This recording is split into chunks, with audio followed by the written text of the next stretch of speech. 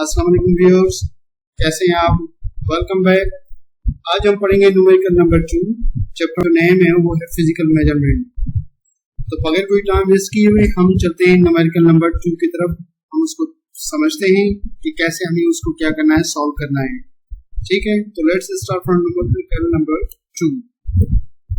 Numerical number 2, what is the area and approximate uncertainty of circle with a radius 3.7 into 10 power 4 centimeter। अब numerical number 2 में जो हमसे पूछा जा रहा है जो सबसे पहली जो पॉइंट है वो है एरिया। कि एरिया क्या होगा, किसका एरिया? सर्किल का एरिया। और क्या चीज है? अप्रोक्सीमेट अनसर्टेनिटी किसकी? वो भी सर्किल की। ठीक है, तो एरिया को कैसे फाइंड करना है?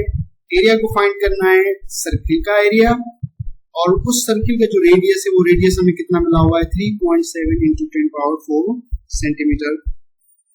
ठीक है, तो लेट्स स्टार्ट करते हैं, इसको सॉल्व करने की कोशिश करते हैं। सॉल्यूशन में सबसे पहले हम समझेंगे formula for area of circle. Formula for area of circle is that area बराबर पाई आर स्क्वायर। अब ये सर्किल का एरिया फाइंड आउट करने का जो है वो फार्मूला है हमारे पास। इसमें ये जो टर्म है इसको कहते हैं पाई, ये कांस्टेंट है, इसकी कांस्टेंट वैल्यू होगी। और ये जो आर स्क्वायर है, ये जो आर है ये रेडियस, इसका रेडियस सर्किल का रेडियस जो कि हमें प्रोवाइडेड है प्रॉब्लम के अंदर। और कितनी वैल्यू है इसकी? 3.7 into 10 power 4 सेंटीमीटर इसकी वैल्यू है। तो क्या करेंगे हम? पाई की वैल्यू जो कांस्टेंट है, कितनी कांस्टेंट है? 3.14 जो है इसकी जो है वो वैल्यू है। तो पाई की जगह पर 3.14 पुट करेंगे और इस आर की जगह पर ये वैल्यू पुट करके, क्योंकि यहाँ पे आर स्क्वायर है तो हमने क्या कर देना है? इस वैल्यू को होल स्क्वायर में रख देना है। ठीक है, जैसे कि यहाँ पे मैंने रखा हुआ है।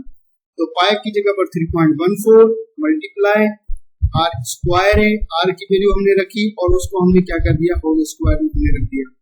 सबसे पहले हम इसका होल स्क्वायर निकालेंगे जो कि हमें मिलेगा 1.36 into 10 power 9। अब हमें क्या करना है? अब हमें ये करना है कि 3.14 को मल्टीप्लाई करना है 1.36 into 10 power 9 के साथ। जब हम मल्टीप्लाई करेंगे तो हमें एरिया मिलेगा 4.29 into 10 power 9 सेंटीमीटर स्क्वायर। हम इसको राउंड ऑफ करके हम लिखेंगे 4.3 into 10 power 9 सेंटीमीटर स्क्वायर। यही हमारा आंसर है एरिया का, जो कि फर्स्ट पार्ट है इस न्यूमेरिकल नंबर 2 का। What is the area of circle? तो सर्किल का जो एरिया हमें मिला वो कितना मिला? 4.3 into 10 power 9 सेंटीमीटर स्क्वायर हमें ये मिला। अब आप इस आंसर को आप बुक में आप वेरीफाई कर सकते हैं, बुक में भी यही आंसर मौजूद है। अब सेकंड पार्ट की तरफ चलते हैं। सेकंड पार्ट जो है इस न्यूमेरिकल के अंदर वो है अप्रोक्सीमेट अनसर्टेनिटी फाइंड आउट करनी है किसकी? सर्किल की। ठीक है, तो अनसर्टेनिटी के लिए हम चलेंगे आगे। As we know that area of circle is, circle का एरिया क्या है? ये जो फार्मूला जो हमने पहले लिखा था, area is equal to pi r square. अब हमें क्या करना है? अप्रोक्सीमेट अनसर्टेनिटी को फाइंड आउट करने के लिए हमें इस फार्मूले को जो है वो डिफरेंशिएट करना है। ठीक है, differentiate the area and will get. Differentiate जो है मैथमेटिक्स में जो है एक जो है सॉल्व करने का जो हमारे पास क्या है? टूल है, एक मेथड है। ठीक है, कि इसमें आपको कंफ्यूज होने की जरूरत नहीं कि ये आप देखेंगे कि हम इसको किस तरह सॉल्व करते हैं। जब हम इसको डिफरेंशिएट करेंगे इस फार्मूले को तो हमें मिलेगा area is equal to 2 delta R, मतलब change in radius divide by radius. अब ये कैसे आया? ये आया इस डिफरेंशिएट की हेल्प से। डिफरेंशिएट जो है वैसे जो है इंटरमीडिएट के अंदर मैथमेटिक्स के अंदर जो है वो इसको सॉल्व करने का पूरा एक तरीका मौजूद है। तो जो मेडिकल के स्टूडेंट हैं यकीनन उनको कंफ्यूजन होगी, इवन जो है क्योंकि ये प्रॉब्लम जो है क्लास 11 का है और ये मैथमेटिक्स जो है ये है क्लास 12 की। तो आप कंफ्यूज ना हो, आप इसको ध्यान में रख लें कि ये सिर्फ हमने ये यूज करके हमने क्या लिया है? हमने इस एरिया का जो है डिफरेंशियल लिया तो हमें ये मिला। So area is equal to 2 delta r upon r। अब change in radius divided by radius।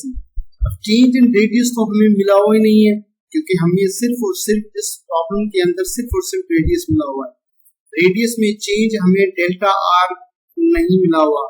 तो डेल्टा आर की जो है जगह पर हम क्या पुट करेंगे, हम 0 पुट करेंगे। तो जब डेल्टा आर की जगह पर हमने 0 हमने पुट कर दिया यहाँ पर, तो क्या करें कि 2 × 0, तो आंसर आपको पता है क्या आएगा, 0 ही आएगा। जब उस 0 को इस r के साथ डिवाइड करेंगे तो ऑटोमेटिकली हमें पूरा का पूरा इसका जो है वो क्या मिल जाएगा, 0 मिलेगा। तो uncertainty in area as per given information, जो हमें इंफॉर्मेशन इस प्रॉब्लम के अंदर न्यूमेरिकल नंबर 2 के अंदर जो हमें दी हुई है, इस इंफॉर्मेशन जो गिवन इंफॉर्मेशन है उसके मुताबिक हमें अनसर्टेनिटी एरिया के अंदर हमें क्या मिली है, 0 मिली है। ठीक है, तो हम अब कैसे लिखेंगे एरिया को, और एरिया के साथ जो एरिया में अनसर्टेनिटी आएगी उसको हम कैसे लिखेंगे, तो उसको हम यूं लिखते हैं कि एरिया इज इक्वल टू 4.3 × 10⁻9, ये हमारे पास एरिया की वैल्यू है। ठीक है, और प्लस माइनस 0 सेंटीमीटर, ठीक है, यहाँ पे स्क्वायर आएगा, ठीक, 0 सेंटीमीटर ये एरिया में अनसर्टेनिटी है। ठीक है, तो अप्रोक्सीमेट एरिया में अनसर्टेनिटी हमें 0 मिली। ठीक है, कैसे मिली, क्योंकि हमने जब एरिया के फार्मूले को हमने क्या किया, डिफरेंशिएट किया, एरिया के फार्मूले को हमने क्या किया, डिफरेंशिएट किया, और डिफरेंशिएट करके हमने डेल्टा आर की जो है, जो कि हमें वैल्यू मिली हुई नहीं है, चेंज इन रेडियस, तो हमने यहाँ पे क्या किया, हमने इसको 0 पुट करके हमने अनसर्टेनिटी कितनी फाइंड आउट की, हमने 0 फाइंड की। तो ये हमारे पास एरिया है सर्किल का। ठीक है, मींस अगर ये सर्किल है हमारे पास, तो सर्किल का पूरा का जो एरिया है वो एरिया हमें कितना मिला, वो एरिया हमें मिला ये 4.3 × 10⁻9 सेंटीमीटर स्क्वायर।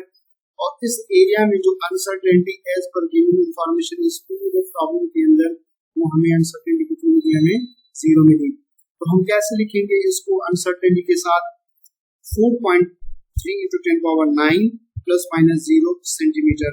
तो यही इस प्रॉब्लम का जो है आपके पास क्या आएगा, एज आंसर आएगा। आई होप कि आपको ये समझ में आ गया होगा।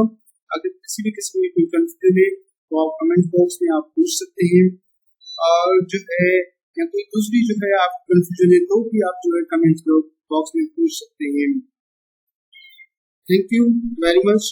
हमारे YouTube चैनल को सब्सक्राइब कीजिएगा और बेल के आइकन पर प्रेस कीजिएगा, ताकि नेक्स्ट जो न्यूमेरिकल्स हैं जब भी हम उसको सॉल्व करेंगे, उसकी वीडियो जब हम अपलोड करें तो आपके पास उसका नोटिफिकेशन आ जाए और आप घर बैठ के आप उसको आसानी से आप उसको समझ सकें। अल्लाह हाफिज।